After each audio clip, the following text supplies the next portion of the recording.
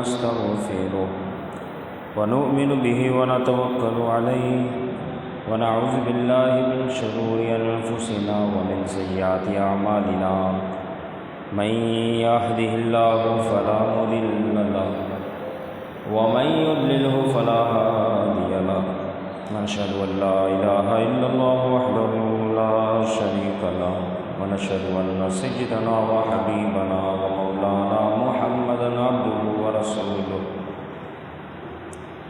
أما بعد فأعوذ بالله من الشيطان الرجيم بسم الله الرحمن الرحيم وكلا وعد الله الحسنى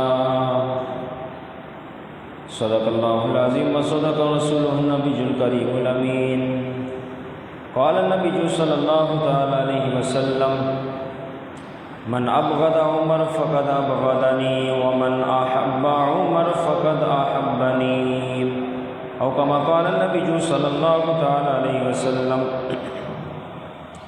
إن الله وملائكته يصلون على النبي يا أيها الذين آمنوا صلوا عليه وسلموا تسليما اللهم صل على سيدنا ومولانا محمد طب القلوب ودوائها وعافية الأبدان وشفائها ونور الأبصار وضيائها وعلى آله وصحبه وبارك وسلم اللہ جل جلالہ کی حمد و ثنا سرکار فخر کائنات قائد المرسلین خاتم النبیین احمد مصطفیٰ جناب محمد مصطفیٰ صلی اللہ تعالیٰ علیہ وسلم کی بارگاہ میں درود سلام کا نذرانہ پیش کرنے کے بعد رب تعالیٰ کے فضل و کرم سے ہماری زندگی کا یہ کارواں جاری ہے۔ اللہ تعالیٰ اس میں مزید برکت نصیب فرمائے اور آج کے دن کی رحمتوں برکت و عظمتوں سے ہم سب کو مالا مال فرمائے، ہم سب کی حاضری اپنی بارگاہ میں قبول فرمائے اور جو واعظ و نصیحت ہو اسے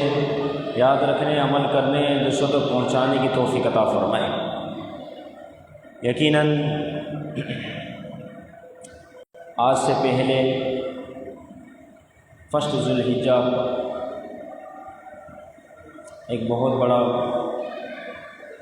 عظمتوں والا دن اور بہت بڑی ہستی کا عرس جسے امام العادلین، سید الخائفین، سید الشاکرین، صاحب الہام، تاجدار عدالت، مراد رسول، مرید رسول، عاشق رسول، خلیفۃ الثانی، خلیفۃ المسلمین، امیر المؤمنین حضرت سیدنا عمر فاروق اعظم رضی اللہ تعالیٰ عنہ کا یوم گزرا ہے۔ اسلام کتنی بلند و بالا، عظیم الشان، اعلیٰ مرتبہ و فائز ہستی جن کا یوم شہادت پہلی ذی الحجہ کو ہوا، اللہ رب العزت ان کے خاص فیض و برکات یکم محرم حرام تو ان کا ہوا، اللہ تعالیٰ انہیں خاص ان کی تجلیات، رحمتیں، برکتیں، عظمتیں، فیض و برکات سے ہم سب کو مالا مال فرمائے۔ چونکہ یہ محرم الحرام کا مہینہ ہے اور جیسے یکم محرم حرام فاروق اعظم رضی اللہ تعالیٰ عنہ کا یوم شہادت، تو آج 5 محرم حرام بابا فرید الدین شکرگنج رحمہ اللہ کا یوم عرس، اسی طریقے سے 10 تاریخ محرم الحرام کی تمام جانتے ہیں پوری دنیا کے مسلمان نواز رسول امام حسین رضی اللہ تعالیٰ عنہ اور آپ کے ساتھ آپ کے رفقا جو کربلا کے میدان میں شہید ہوئے۔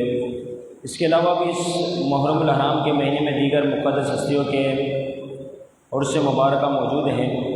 اللہ رب العزت تمام کے فیض و برکات سے سب کو مالا مال فرمائے۔ سیدنا فاروق اعظم رضی اللہ تعالیٰ عنہ کی سیرت کے اتنے پہلو ہیں کہ کس کس پہلو پر گفتگو کی جائے۔ مثال کے طور پر آپ کا خوف خدا، آپ کا عشق رسول، آپ کی طرز حکومت، آپ کا نظام عدل، آپ کی تقوی پرہیزگاری، آپ کا ہر حال میں اللہ کا شکر ادا کرنا، کئی پہلو ہیں آپ کی زندگی کے۔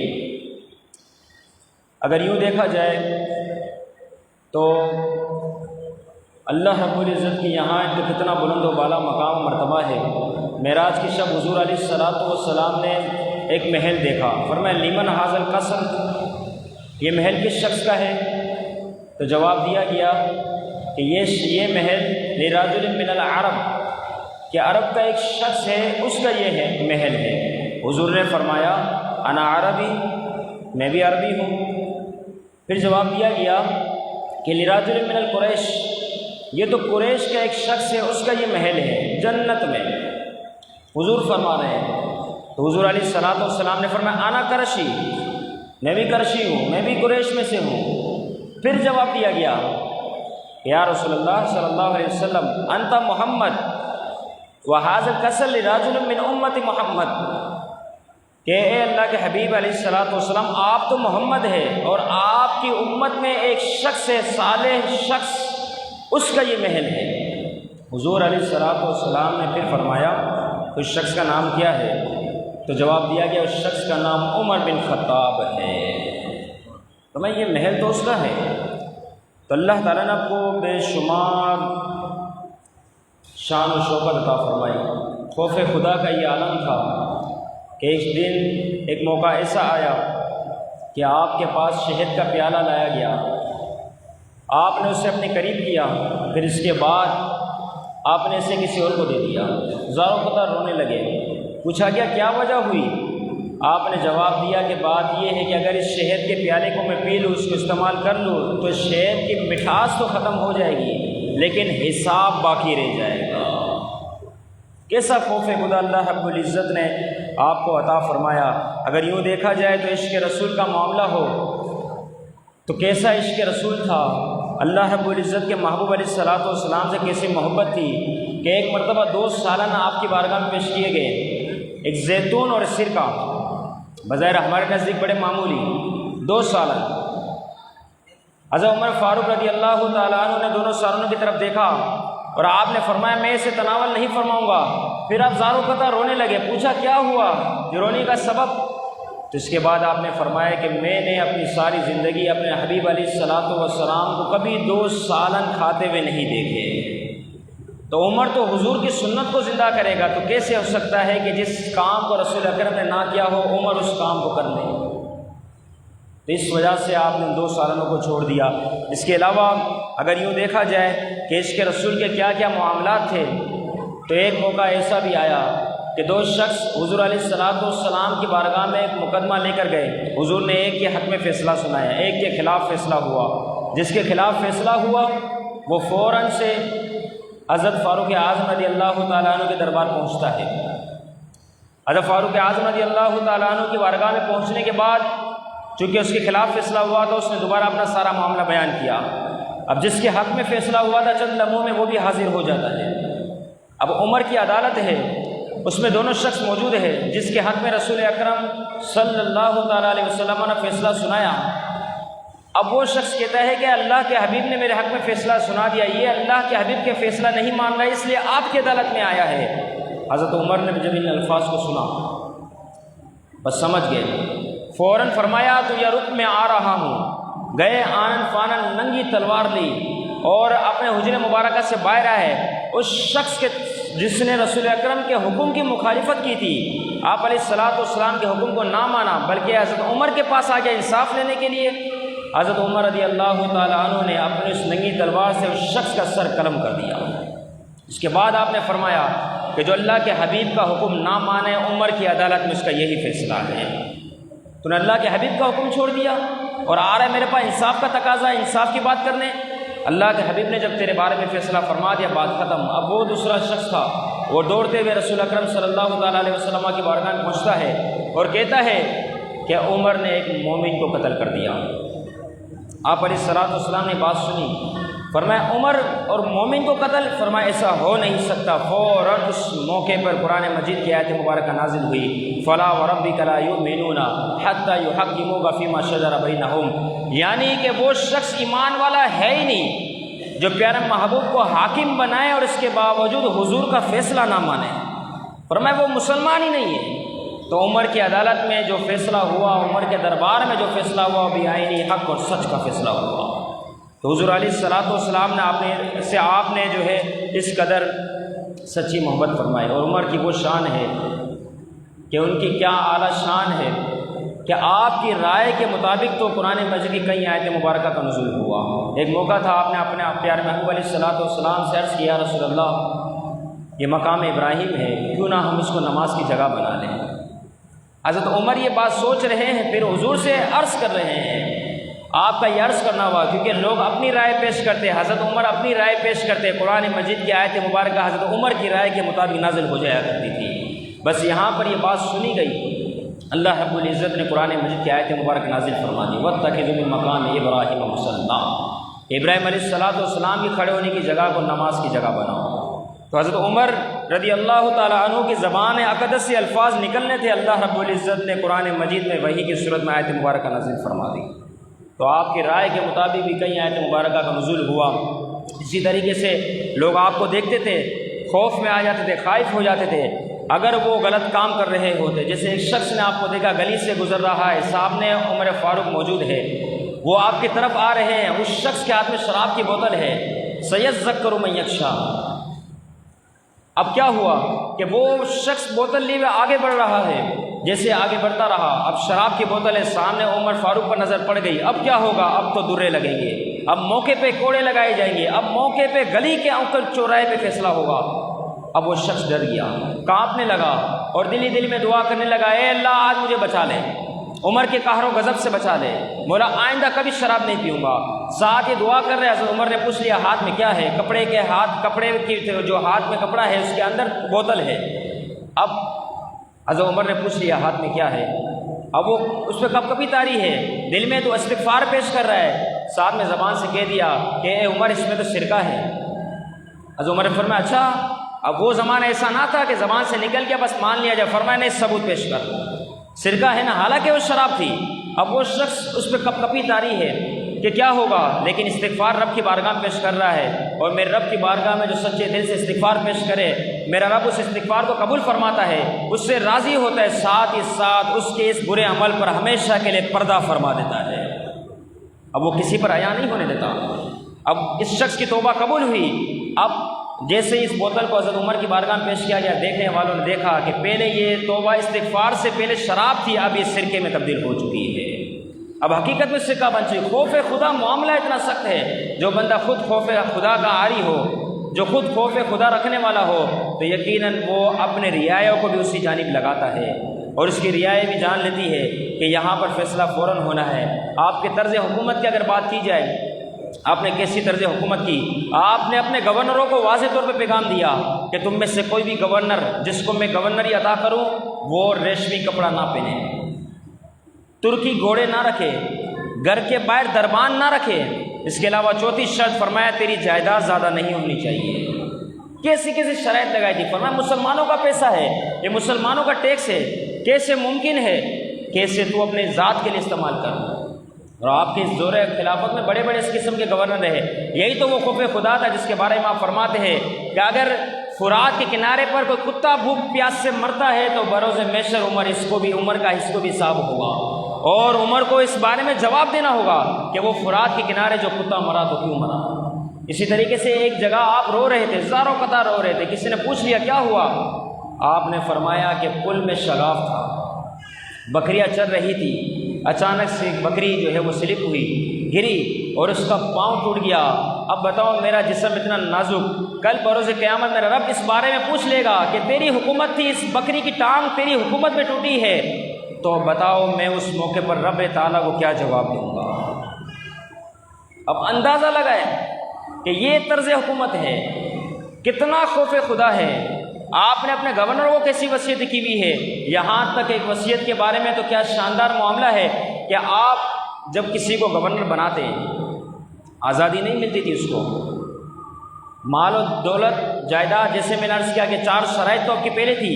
اب دربان کو باہر جو کھڑا کرے گا اس کا مطلب یہ ہوا کہ باہر اندر آقا آرام فرمائے یہ سلسلہ مسلمان کے طرز حکومت تو ہے ہی نہیں، ہم سارے حضور کے غلام ہیں، کیسے ممکن ہے کوئی یہ طرز اپنا لے؟ فرمایا یہ سلسلہ نہیں چل سکتا کہ تو اپنے گھر کے باہر دربان رکھ لے تاکہ جو ملنے والا آیا پہلے دربان سے ملے، وہ اجازت دے تو گورنر سے ملاقات ہو۔ فرمایا یہ مسلمانوں کا طرز نہیں۔ آج کے حکمران نہ جانے کس نشے میں مست ہے۔ یہ عمر فاروق رضی اللہ تعالیٰ عنہ ہے، مسلمانوں کے خلیفہ ہے۔ ان کی طرز زندگی دیکھیں کہ ہر 4-5 ماہ کے بعد جس کو آپ نے گورنر بنایا ہوتا اس کے شہر میں پہنچ جاتے، لوگوں کو مسجد کے اندر جمع کرتے، بڑا اجتماع ہوتا۔ اس کے بعد لوگوں سے پوچھتے یہ گورنر ہے، بتاؤ کسی کی شکایت ہے؟ کتنا نظام عدل کا معاملہ تھا، آپ اندازہ لگائیں، گورنر کو بٹھایا ہوا ہے۔ اور اس کے بعد بھرے اجتماع میں حضرت عمر یہ اعلان فرما رہے کہ ہے کوئی اس کی شکایت کرنے والا تو وہ شکایت بیان کرے۔ تو جب سعید بن عامر رضی اللہ تعالیٰ جو گورنر تھے، ان کی باری آئی، ان کو اپنے سامنے بٹھایا۔ اب یہ واقعہ ایک تو ہے ہمارے سر کے کان اور ایک ہے دل کے کان، ان کے کان سے سنیں کہ یہ کیا واقعہ ہے، کیا گورنری تھی، کیا معاملہ تھا۔ آج دنیا ایسے ہی نہیں سوچتی، ایسے ہی نہیں سمجھتی، اور ایسے یہ دعا نہیں کرتی کہ اللہ اس امت کو ایک اور عمر عطا فرما، ایک اور عمر دے دے۔ اب وہ گورنر 4-5 مہینے کے بعد حساب ہونے کو جا رہا ہے۔ گورنر سعید بن عامر رضی اللہ تعالیٰ صحابی رسول تشریف فرما ہے، لوگوں سے پوچھا جا رہا ہے اس کے بارے میں کیا شکایت ہے، بتاؤ۔ کہا 4 شکایتیں ہیں۔ 4 شکایتیں؟ پہلی شکایت کہا، پہلی شکایت تو یہ ہے کہ پہلے گورنر صاحب جو ہے فجر کے بعد آتے تھے، اب 11 اور 12 بجے آتے ہیں۔ دوسری شکایت کہا پہلے یہ ان کا معاملہ ایسا تھا کہ ہفتے میں ایک دن بھی چھٹی نہیں کرتے تھے، جبکہ اب ہر ہفتے میں ایک دن مسلسل چھٹی ہو رہی ہے، ہر ہفتے میں ایک دن۔ اچھا، تیسری شکایت کہا، اب تیسری شکایت یہ ہے کہ پہلے رات میں بھی آتے تھے، اب ہمارے گورنر صاحب رات میں تشریف نہیں لاتے۔ اچھا، چوتھی شکایت یہ ہے کہ روتے روتے بسا اوقات بے ہوش ہو جاتے ہیں۔ بس یہ 4 شکایتیں ہیں۔ حضرت عمر رضی اللہ تعالیٰ عنہ نے گورنر سعید بن عامر رضی اللہ تعالیٰ عنہ کی طرف اشارہ فرمایا اور آپ نے فرمایا یہ کیا شکایتیں ہیں، یہ میں کیا سن رہا ہوں، اس کا جواب ارشاد فرمائیے۔ سعید بن عامر رضی اللہ تعالیٰ عنہ کھڑے ہوئے اور عرض کرنے لگے، حضور بھری مجلس میں سوال ہوا ہے، اگر اکیلے میں پوچھا ہوتا تو بہت بہتر ہوتا، لیکن چونکہ سوال سب کے سامنے ہوا لہذا جواب بھی اب سب کے سامنے دیا جائے گا۔ اے عمر، اگر تم نہ پوچھتے کبھی بھی میں نہ بتاتا، لیکن اب یہ پوچھا گیا تو اب اس کا جواب دینا بھی میرا حق ہے، میرا یہ مجھ پہ لازم ہے میں اس کا جواب دے دوں۔ فرمایا پہلی بات تو یہ ہے جو پہلا سوال ہوا۔ اب دیکھو یہ گورنر ہے، مسلمانوں کو در حقیقت اس طرز پر آنا چاہیے، چاہے گورنر ہو، چاہے وزیر اعظم ہو، چاہے ایم پی ہو، چاہے ایم این اے ہو، چاہے وزیر اعظم ہو، چاہے کوئی بھی عہدہ رکھنے والا ہو، ان کی شان دیکھیں۔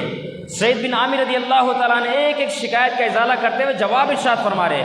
فرمایا پہلی بات جو میرے بارے میں کہی گئی کہ میں 11 سے 12 بجے آتا ہوں، پہلے فجر کے بعد آیا کرتا تھا، اس کی وجہ یہ ہے کہ میری زوجہ ہے جو بہت بیمار ہے، 30 سال اس عورت نے میری خدمت کی ہے، ہم حضور کا دین پڑھتے ہیں، حضور کے دین پر عمل پیرا ہے، تو میں اس عورت کو تنے تنا کیسے چھوڑ دوں، کیسے ممکن ہے کہ میں اس کو اس کے حال پہ چھوڑ دوں۔ اب وہ اس قدر شدید بیمار ہے کہ مجھے اس کی خدمت کرنی پڑتی ہے۔ صبح جب فجر کی نماز پڑھتا ہوں اس کے بعد فوراً گھر پہ جاتا ہوں، گھر کے سارے کام کاج کرتا ہوں، روٹی بناتا ہوں، برتن دھوتا ہوں، اس کی خدمت کرتا ہوں، کیونکہ میں بہت غریب شخص ہوں۔ یہ گورنر کہہ رہا ہے کہ میں بہت غریب ہوں، کوئی نوکر نہیں رکھ سکتا، سارے کام میرے اپنے ہاتھوں سے مجھے کرنے ہیں۔ اس کام کو کرتے کرتے کبھی 10 کبھی 11 بج جاتے ہیں، پھر اس کے بعد فوراً اپنے عہدے و منصب پر آ جاتا ہوں۔ حضرت عمر نے فرمایا اچھا یہ بتاؤ ہفتے میں ایک دن چھٹی کرتے ہو؟ سعید بن عامر رضی اللہ تعالیٰ عنہ کہنے لگے جی ہاں، وجہ یہ ہے کہ میرے پاس یہ آپ دیکھ رہے ہو صرف ایک ہی لباس ہے۔ اللہ اکبر، گورنر ہے یہ، حضرت عمر کے دور کے گورنر ہے، ایک ہی لباس ہے، فقط ایک لباس، اسے ہفتے میں ایک مرتبہ دھونا ہوتا ہے، جب دھوتا ہوں تو کون سے کپڑے پہنوں، لہٰذا اپنی بیوی کے کپڑے زیب تن کر لیتا ہوں، اب ان کپڑوں کو پہن کر میں باہر تو نہیں آ سکتا، لہٰذا اس کپڑے کو دھونے کا، اس کے بعد سوکھنے کا، اس کا انتظار کرتا ہوں، دن گزر جاتا ہے، اس وجہ سے ہفتے میں ایک دن میں چھٹی کر لیتا ہوں۔ حضرت عمر نے جب یہ الفاظ سنے آپ کی آنکھوں سے زاروں قطار آنسو بہنا شروع ہو گئے، زاروں قطار آپ روئے۔ پھر اس کے بعد فرمایا اچھا تیسرے سوال کا بھی جواب دے دے، کہ تیسرا سوال کہ جو رات کو آپ اب نہیں آتے، پہلے آیا کرتے تھے۔ تو سعید بن عامر رضی اللہ تعالیٰ عرض کرنے لگے حضور مسئلہ یہ ہے کہ اب بال سفید ہو گئے، اب رخصتی کا وقت آ چکا، اب تو بالوں میں کوئی بال کالا نہ بچا، اب نہ جانے کس وقت اس دنیا سے رخصت ہو جاؤں، تو دن میں مخلوق کی خدمت کرتا ہوں، رات کو رب کو راضی کرتا ہوں، اس وجہ سے اب رات کو نہیں آ سکتا۔ یہ گورنر ہے، کتنا خوف خدا۔